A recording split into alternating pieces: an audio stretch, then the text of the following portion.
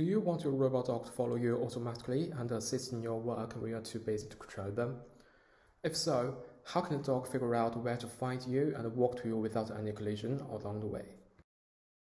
Here, our team from Zhejiang University developed a mobile system which is exclusive for quadruped robots and can finish this pedestrian following task. First of all, the robot must locate your temporal positions. This can be achieved by an object tracking algorithm. Most of present tracking methods are based on deep learning techniques requiring a high-standard hardware configuration, which is not suitable for an onboard robot platform. Therefore, we propose a robust LiDAR-IMU-based single object tracking algorithm, which is lightweight and insensitive to collisions. Well, for a specific category like humans, its shape and size remain relatively constant at different moments. So we can draw a point with a bounding box centered on it to define our target pedestrian. After this, we use min-cut algorithm to segment points in the bounding box. We build a 3D point graph using hierarchical KNN and define weighted edges and solve this graph cut problem by min-cut. And by comparing the size of the foreground and the background points, we can obtain the target as points belong to the object to account for the main proportion. Well, it's normal that some points will move off the bounding box between two time steps. During such time, our iterative tracking procedure begins to work. We repeatedly use the center of the segmented points in the previous frame to replace the center of the bounding box to make them finally align with each other again.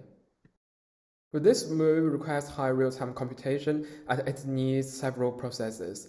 And it further proves that our method is fast and suitable for limited computational resources.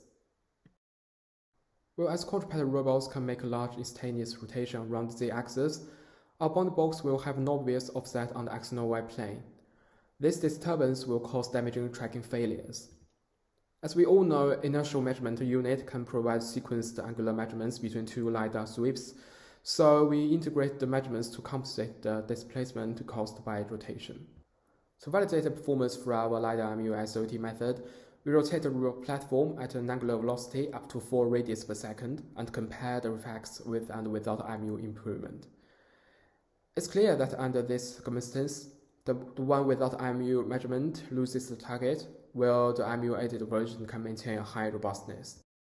So using tracking technique, robot can obtain the pedestrian's location, but this is not enough for the navigation directly, because the robot must know where it is and how its surroundings look like, so it can figure out walkable areas towards the pedestrian.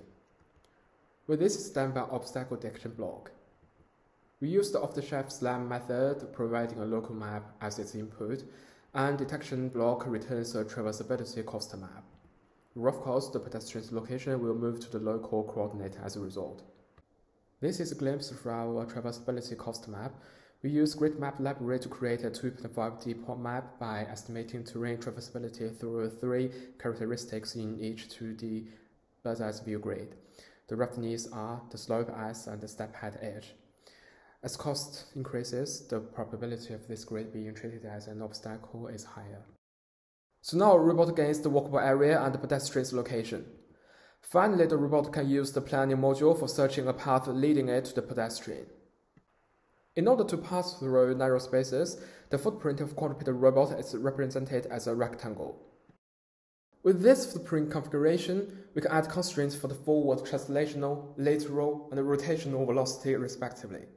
And then we treat the trajectory generation as an optimization problem, taking the kinematic constraints into account, and solve it in a cost-effective manner using nonlinear programming. We conduct some experiments in the real world. The equipment mounted on the quadruped robot is shown on the left, and the right side shows some examples of our indoor experiment. Note that due to the high mobility of the quadruped robot, it can be allowed to walk over some small height obstacles, circled in red, where omnidirectional robots may get stuck.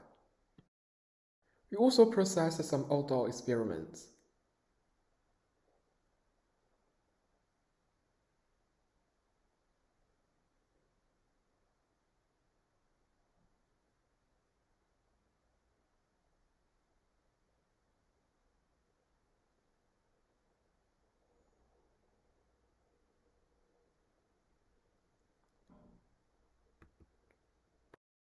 That's all, thanks for watching.